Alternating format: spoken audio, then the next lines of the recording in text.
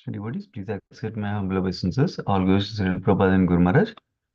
Swamini Gub Mataji, whenever you're ready, you can start Mataji. Yes, Prabhuji. Thank you. Hare Krishna, dear devotees, please accept my humble obeisances. All glories to Srila Prabhupada and Guru Maharaj. Om Namo Bhagavate Vasudevaya. Om Namo Bhagavate Vasudevaya. Om Namo Bhagavate Vasudevaya.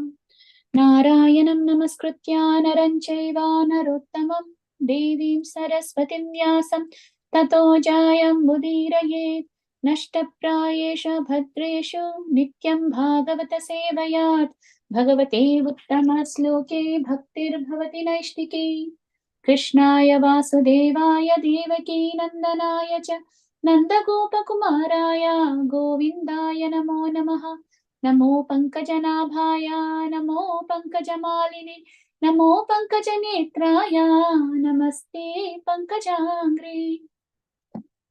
Today we are reading from Srimad Bhagavatam, Canto 5, Chapter 3, verses 1 to 8. Rishabhadev's appearance in the womb of Meru Devi, the wife of King Nabi. Text 1. Sukadeva Goswami continued to speak. Maharaja Nabi, the son of Agnidhara, wishes to have sons, and therefore he attentively began to offer prayers and worship the Supreme Personality of Godhead, Lord Vishnu, the master of the enjoyer of all sacrifices. Maharaja Nabi's wife, Meru Devi, who had not given birth to any children at that time, also worshipped Lord Vishnu along with her husband. Text 2. In the performance of a sacrifice, there are 7 transcendental means to obtain the mercy of the Supreme Personality of Godhead. 1. By sacrificing the valuable in things or eatables. 2. By acting in terms of places. 3. By acting in terms of time. 4. By offering hymns. 5. By going through the priests. 6. By offering gifts to the priests. And 7. By observing the regulative principles. However, one cannot always obtain the Supreme Lord through this paraphernalia. Nonetheless, the Lord is affectionate to his devotees. Therefore, when Maharaja Nabi, who was a devotee, worshipped and offered prayers to the Lord with great faith and devotion, and with a pure, uncontaminated mind, superficially performing some yajnas in the line of Pravargya, the kind Supreme Personality of Godhead, due to his affection for his devotees, appeared before King Nabi in his unconquerable and uncaptivative form with 4 hands. In this way, to fulfill the desires of his devotees, the Supreme Personality of Godhead manifested himself in his beautiful body before his devotee. This body pleases the mind and eyes of the devotees. Text 3. Lord Vishnu appeared before King Nabi with 4 arms. He was very bright, and he appeared to be the best of all personalities. Around the lower position of his body, he wore a yellow silken garment. On his chest was a mark of Srivatsa, which always displays beauty. He carried a conch shell, lotus flower, disc, and club, and he wore a garland of forest flowers and the Kaustubha gem. He was beautifully decorated with a helmet, earrings, bangles, bells, pearl necklace, armlets, ankle bells, and other bodily ornaments bedecked with radiant jewels. Seeing the Lord present before them, King Nabi and his priests and associates felt just like poor people who had suddenly attained great riches. They received the Lord and respectfully bent their heads and offered him things in worship. Text 4 and 5. The priests began to offer prayers to the Lord, saying, O most worshipable one, we are simply your servants, although you are full of yourself. Please, out of your causeless mercy, accept a little service from us, your eternal servants. We are not actually aware of your transcendental form, but we can simply offer our respectful obeisances again and again, and instruct by the Vedic literatures and authorized acharyas. Materialistic living entities are very much attracted to the modes of material nature, and therefore they are never perfect. But you are above the jurisdiction of all material conceptions. Your name, form, and qualities are all transcendental and beyond the conception of experimental knowledge. Indeed, who can conceive of you? In the material world, we can perceive only material names and qualities. We have no other power than to offer our respectful obeisances and prayers unto you, the transcendental person. The chanting of your auspicious transcendental qualities will wipe out the sins of all mankind. That is the most auspicious activities for us, and we can thus partially understand your supernatural position. Text 6. O Supreme Lord, you are full in every respect. You are certainly very satisfied when your devotees offer your prayers with flattering voices and in ecstasy bring you tulsi leaves, water, twigs, bearing new leaves, and newly grown grass. This surely makes you satisfied. Text 7. We have engaged in your worship with many things and have offered sacrifices unto you. But we think that there is no need for so many arrangements to please your lordship. Text 8. All of life's goal and opulences are directly, self-sufficiently, unceasingly, and unlimitedly increasing in you at every moment. Indeed, you are unlimited enjoyment and blissful excess itself. As far as we are concerned, O Lord, we are always after material enjoyment. You do not need all the sacrificial arrangements, but they are meant for us so that we may be benedicted by your lordship. All the sacrifices are performed for our fruitive results, and they are not actually needed by you. Thank you very much, Prabhuji. Hare Krishna. Thank you so much, Swami Gopmati. Hare Krishna. So we'll offer brief prayers and then we'll continue from there. Om Ajnanatimirandasya Jnananjana Shalakaya Chakshurunmritam Yena Tasmai Shri Gurave Namaha Namam Vishnupadaya Krishna Prasthaya Bhutale Srimate Bhaktivedanta Swami Nityanamani Namaste Saraswati Devi Gauravani Pracharine Nirvishesha Shunyavadi Paschatya Destarine Jai Shri Krishna Chaitanya Prabhu Nityananda Sri Advaita Gadadhara Sri Vasadi Gaura Bhakta Hare Krishna Krishna Krishna Hare Hare Hare Rama Rama Rama Hare Hare. So brief context before we get into today's text. So we heard it throughout the fourth canto from Maitreya Muni speaking to Vidura, the descendants of second son of Maharaj Swayambhu Manu. So specifically Uttanapada's descendants, Uttanapada's dynasty we heard about in fourth canto. And fifth canto, based on a question from Parishad Maharaj, we are hearing more about Priyavrata Maharaj's dynasty. So Priyavrata Maharaj basically is is the elder son of Swayambhu Manu. So we heard that. We are in the third chapter now.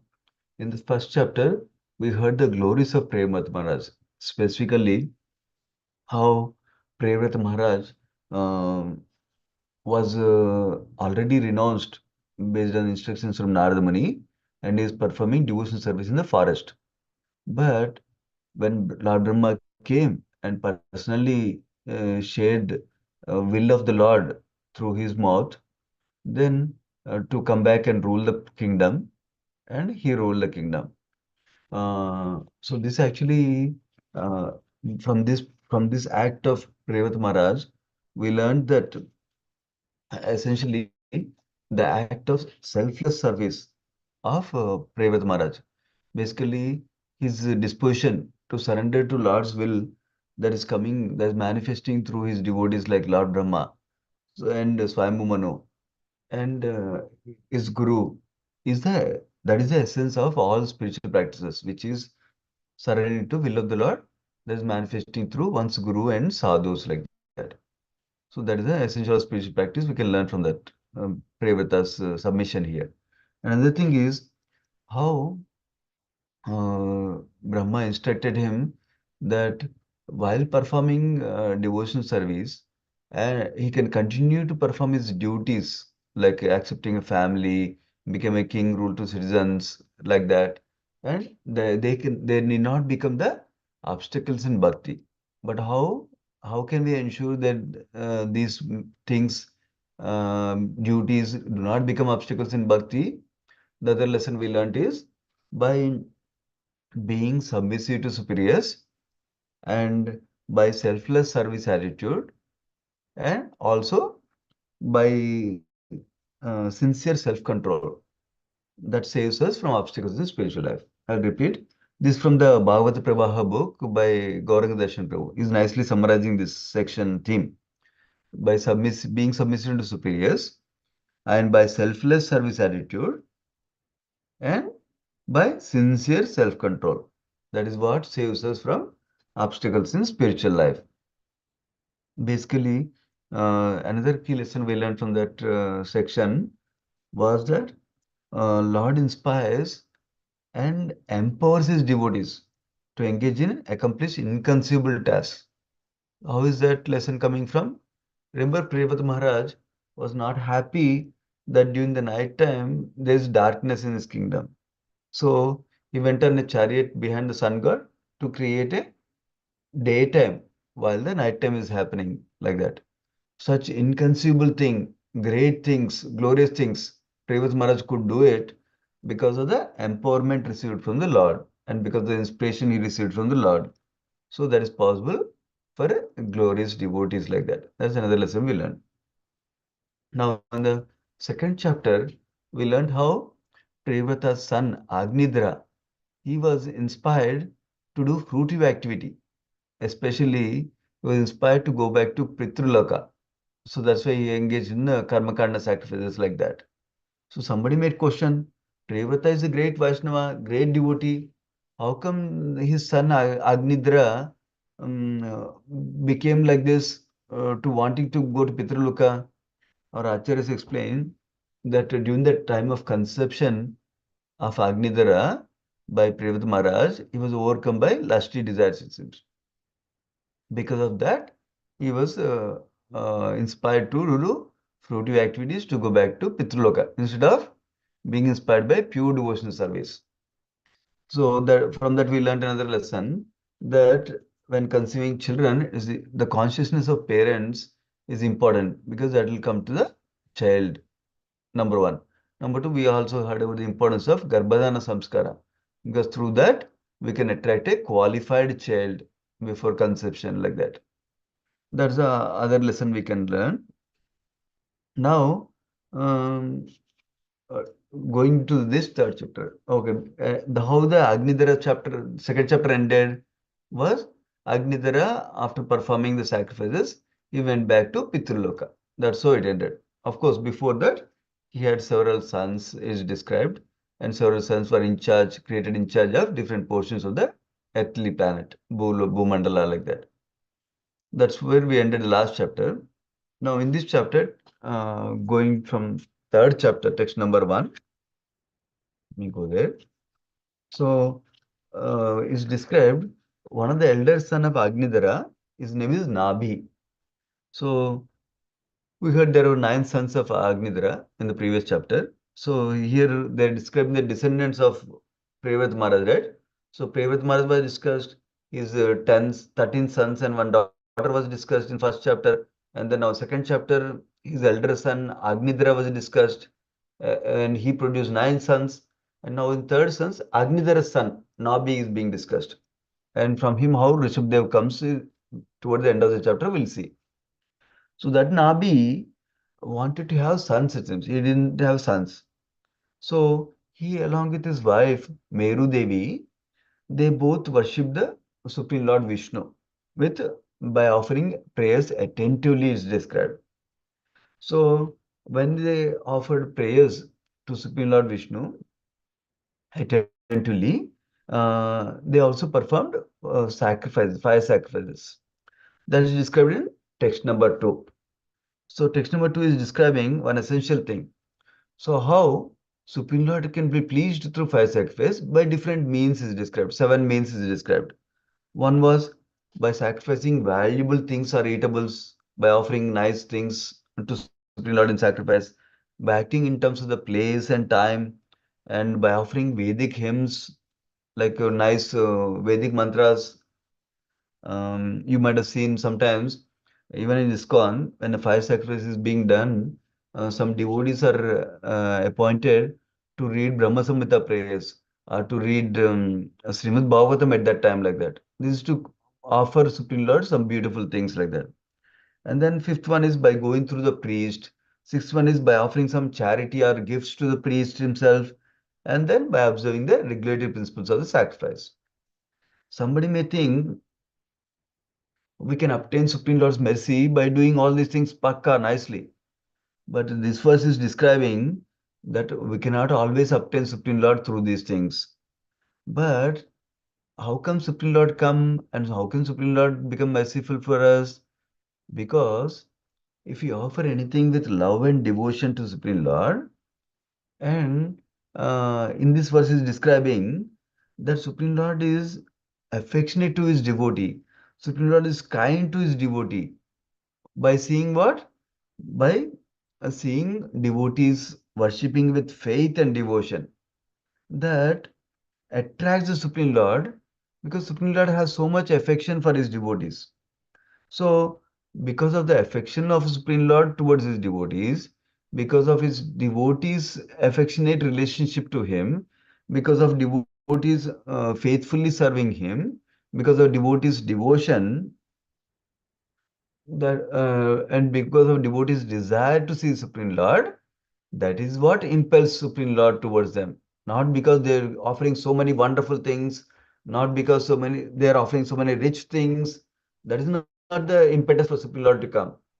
It's primarily devotion and affection of the devotees and Supreme Lord's own affection and wanting to reciprocate with his devotees. That's what makes him appear before the devotee. That is the point being mentioned in this verse. So, to fulfill the desire of his devotee, Supreme Lord manifested himself in an attractive, very beautiful, very opulent form as a Supreme Lord Vishnu with four-handed form.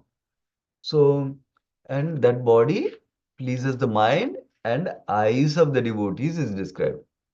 In the purport, uh, Prabhupada is writing that we can understand Krishna or Vishnu, Supreme Lord, and we can see the Supreme Lord only by the process of bhakti and by no other way.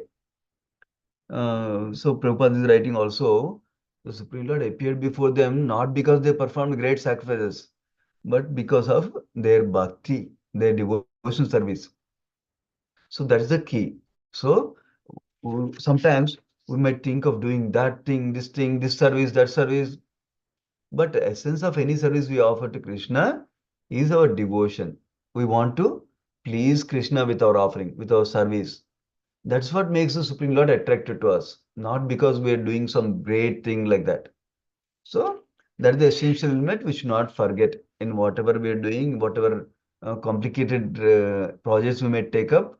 But essence is we want to please Krishna, please Supreme Lord. That is where Krishna will become attracted and Krishna will bless us. Krishna will bless us with resources needed, empowerment needed, and Krishna will also send the devotees to accomplish the project we are trying to do. Now, text number three. This verse is describing the beautiful, attractive form of Supreme Lord Vishnu, who came in four arms, four-armed form. So, it's described, he appeared very bright and he appeared to be the best of all personalities, like Purushottama. He didn't appear like an ordinary person. He appeared as the best of all personalities. That is how it is described in this verse. So he is he's appearing in such an attractive form, an authoritative form. Prabhupada writes in the purport, referencing Bhagavad Gita 7.7 verse, that no one is more attractive or more authoritative than Lord Krishna. So because he came in this transcendental form, it's very clear. is not a ordinary jiva. He's a supreme lord like that. That's also Prabhupada is emphasizing in the purport. Because he comes in a transcendental form, it's very clear to distinguish him from any one of the other jivas like that. So now the beautiful form of the Lord is described here, where uh, on the lower portion of the body is wearing a silk dhoti, and on his chest he has a mark of Srivatsa, and he carries the four weapons like conch shell, lotus flower, disc and club, Shankha, Chakra, Gada, and Padma, right? He was carrying that, and he's wearing a garden of forest flowers, and then garland of forest flowers. That's what he likes.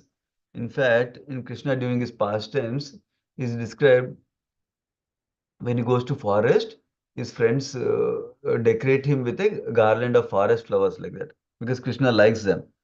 And he was wearing a Kaustuba gem. That Kaustuba gem is described other places that he has effulgence of millions of sun gods like that. That Kaustuba gem is wearing, and he was beautifully decorated with different kinds of ornaments like helmet on his head and earrings and bangles, and he was wearing a pearl necklace. In some other portion of Bhagavatam, that pearl necklace represents pure devotees, like that also is described. And their armlets and ankle bells, like this, different ornaments that are bedecked with different jewels, it seems. So he's appearing very brilliant and effulgent and beautiful and most attractive form like this.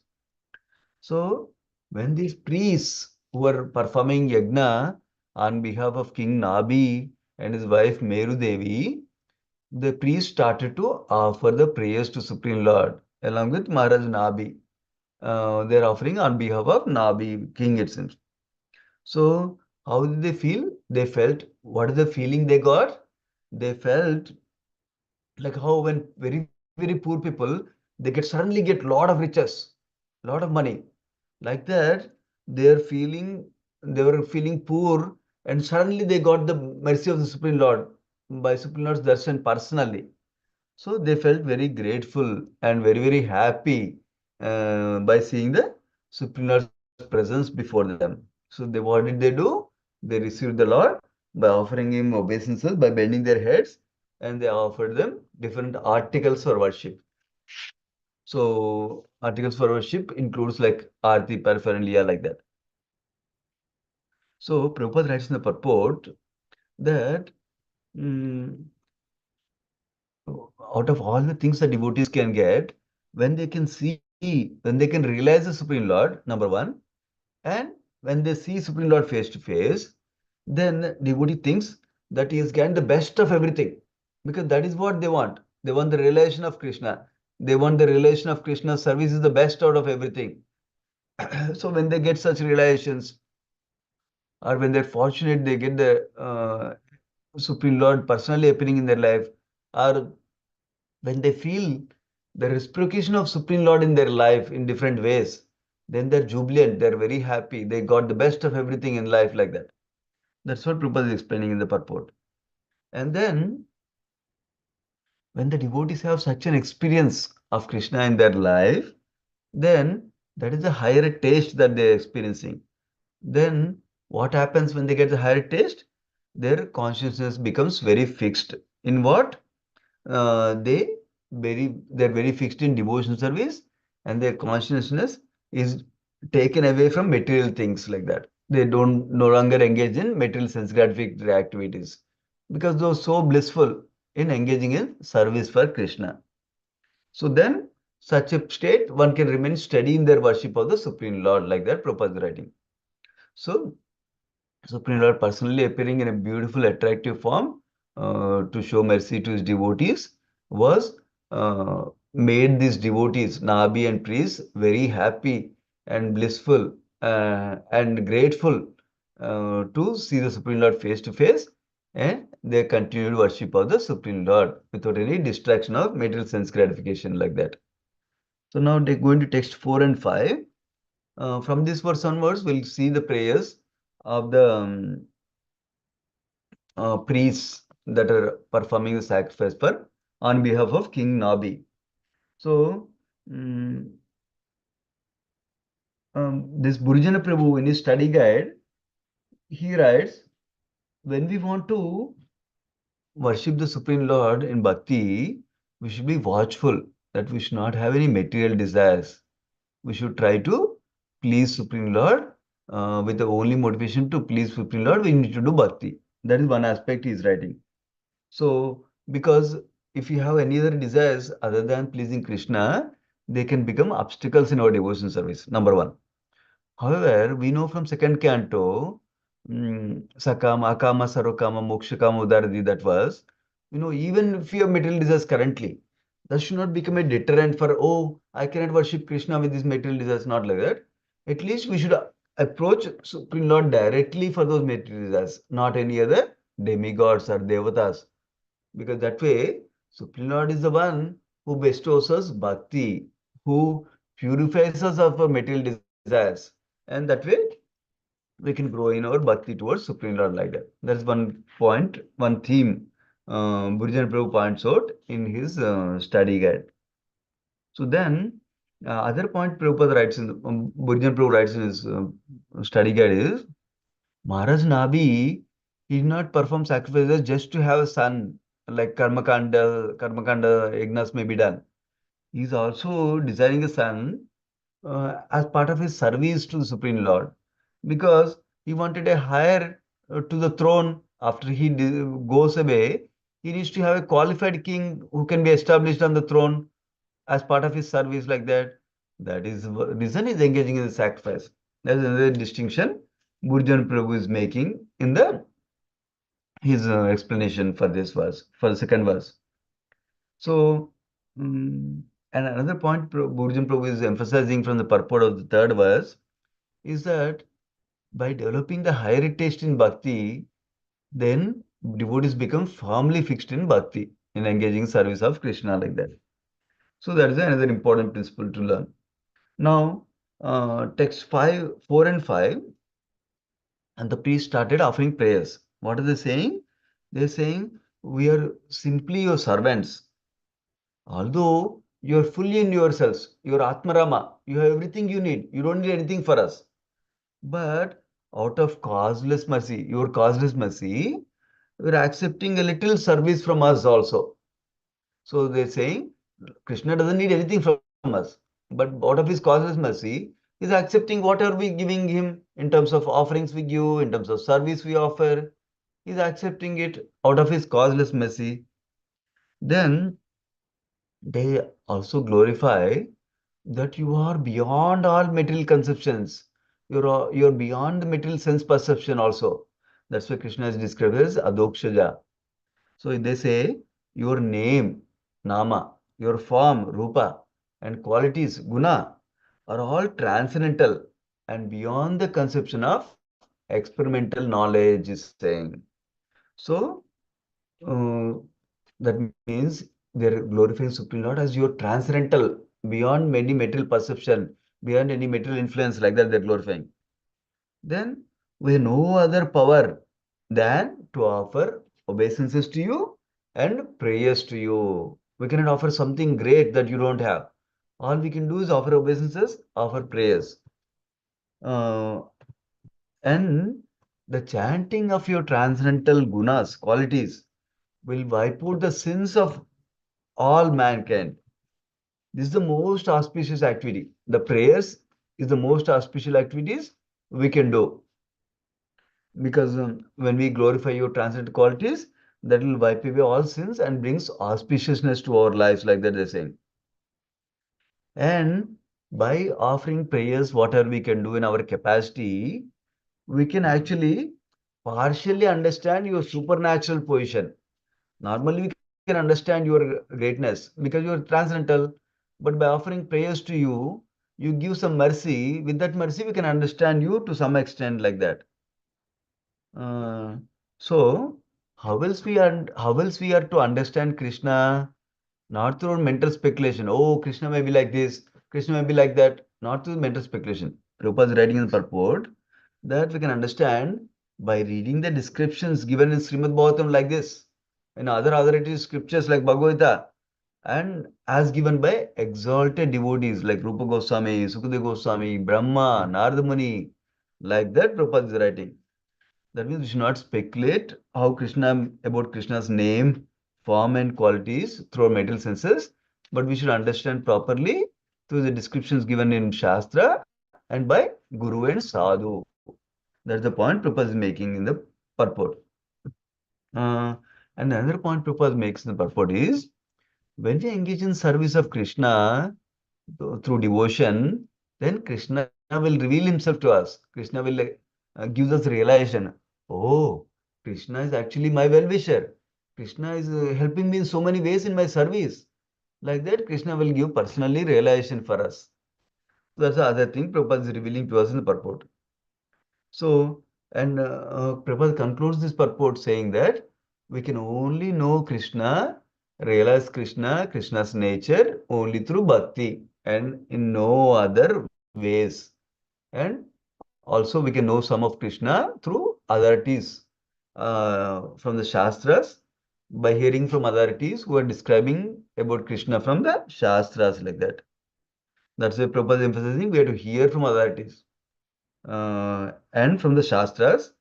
Hearing from Shastras also includes in reading scriptures and consider Supreme Lord in terms of Shastra and Sadhu statements.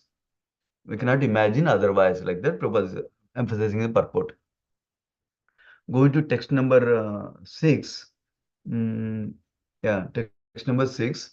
Is, who is praying still? The priests of Nabi, Maharaj Nabi are praying. What are they praying? You are full in every aspect, that you have everything you need. Like that they're praying to Supreme Lord. You're certainly very satisfied when your devotees offer you prayers with faltering voices and in ecstasy, bring you tulsi leaves, water, twigs bearing new leaves, and newly grown grass. This surely makes you satisfied. So they are telling that even though Supreme Lord doesn't need anything, because he has everything he needs, he can get whatever he wants. And he is delighted by presentations offered by devotees in devotion. Prabhupada is also quoting that Bhagavad Gita verse, Patram Pushpam Phalam Toyam Yome Bhaktya Prayachati. Like Supreme Lord doesn't need some great rich offerings, but he needs simple things that we can offer in our capacity. Whatever we can offer in our capacity, with devotion, he will accept it. That's the principle being shared here. Uh, so sometimes we may think, oh, I cannot understand Bhagavad Gita, I cannot understand Srimad Bhagavatam like that devotee can understand. No, whatever we can endeavor with little intelligence we have. If we try to read Bhagavad Gita, try to read Srimad Bhagavatam by engaging our intelligence, Krishna will accept that devotion because we're trying to understand the scripture to appreciate Krishna, to appreciate bhakti, to understand how to practice bhakti. So Krishna will be very pleased with us. Even though some other devotee may understand a lot more for us. But because I'm endeavoring with my intelligence and devotion, Krishna will be very pleased like that. Similarly, we may not be able to cook something great like a wonderful cook, another devotee. But we can cook with cleanly, with intention to please Krishna with our cooking. Whatever we can offer to Krishna. Krishna is very, very pleased. We should get away from the thinking of 0 and 100%, like passion, mode of passion. I'll do the best possible. If I can cook the best, I'll cook. Otherwise, I'll not cook anything. Not like that. We can cook whatever we can offer like that. Similarly, prayers. Similarly, reading. Similarly, chanting. We may not be able to chant 100% attentively all the time.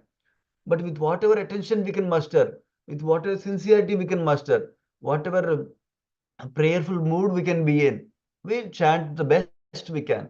Then Krishna will accept that offering of devotion from our side like that. So now that is another lesson we can learn from this. And then why is Supreme Lord reciprocating with us even though we're not able to offer their best? Because he is very merciful. He is very merciful out of his own causeless mercy. For Supreme Lord to reciprocate, we don't need to give him a reason. Oh, I did the best cooking. I did the best service. Then only Supreme Lord has to reciprocate, not like that. Supreme Lord just need to see our sincerity and seriousness in our devotion. and Supreme Lord will reciprocate because he wants to be merciful, because he's affectionate to his devotees. That's why, out of his own causeless mercy, he will reciprocate with us. Going to text number 7, the priests of King Nabi are still praying. What are they saying? Uh, we have engaged in your worship with many things and offered sacrifices unto you. But we think there is no need for so many arrangements to please you. It's the same point they're saying there. Basically, you are pleased with simple devotion of the devotee. We don't need to engage in some elaborate worship like that. But that doesn't mean that if I have the capacity, if I have the money to offer wonderful things to Supreme Lord, I should not offer. I can offer to my capacity whatever things, for example, beautiful flowers we can get for Supreme Lord and offer them regularly to our capacity. Or fruits we can get and offer to Supreme Lord. We cook nice offerings for Supreme Lord and offer to Supreme Lord like that. So we can do according to our capacity. But the essence is the devotion. That is the point being emphasized by the priests here also. So Prabhupada is writing in the purport some beautiful analogy. He's saying Rupa Goswami is giving analogy that somebody, let us say someone comes to our home. He doesn't have any hunger because he ate a full plate of prasadam just before coming to our home. Then we might offer the best things in the world, best eatable foods to him in a wonderful plate, wonderful decoration we offer to him. But because he doesn't have appetite, he cannot accept anything. That is the same case with Supreme Lord also. Supreme Lord's appetite is for our devotion, our sincere mood of service. His appetite is not for what rich food we are offering or what rich jewels we are offering, what rich gold ornaments we are offering. That's not his appetite. So that is not please him. He will not accept anything. But if you offer them same thing with devotion, he accepts the devotion that we are offering through all the things that we're offering to him like that. So if there's no devotion, attachment, or love in our offerings and our worship, then Supreme Lord will not be pleased. But at the same time, we're offering our devotion and love to him, he will accept it. That's the point Prabhupada is stressing in the purport. That bhakti is the main way to satisfy Supreme Lord. So priests were regretful, thinking that they were not offering everything with bhakti. So their sacrifices were not pleasing Supreme Lord. Like that, they're thinking it's out of humility. That's what Prabhupada is writing in the purport. So the last verse for today, text number 8.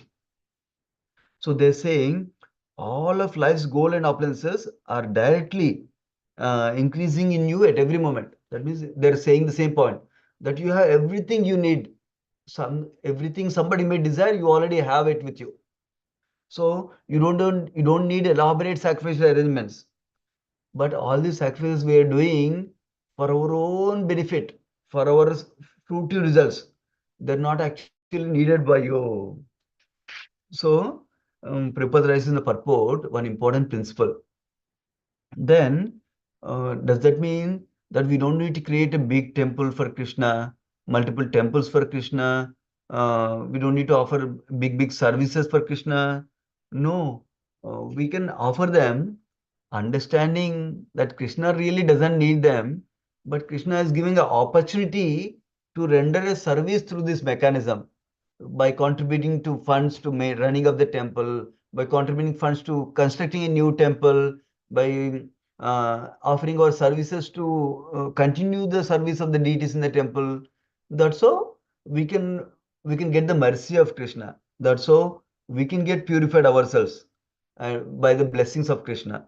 In that mood, we can offer all services to Krishna, even though Krishna doesn't need them. But by offering the service, we are the ones who are getting purified by the mercy and blessings of Krishna. And through that, we can go back to Godhead, Prabhupada writes in the purport. So that's the mood of offering of devotees services. Not because Krishna, oh, Krishna cannot live without my service like that. Not like that. But Vishwanath Chakravarti Thakur in Burjan Prabhu's study guide, he says, uh, actually, Supreme Lord form produces unlimited bliss to the devotees like that. And they offer service for their own benefit, for their own purification to please Krishna. So we can end here. Srimad Bhagavatam ki jai, Srila Prabhupada ki jai. Vanchakalpatarubhyascha kripasindhubhyev cha patitanam pavanebhyo vaishnavebhyo namo namaha. Thanks so much, devotees. Hare Krishna.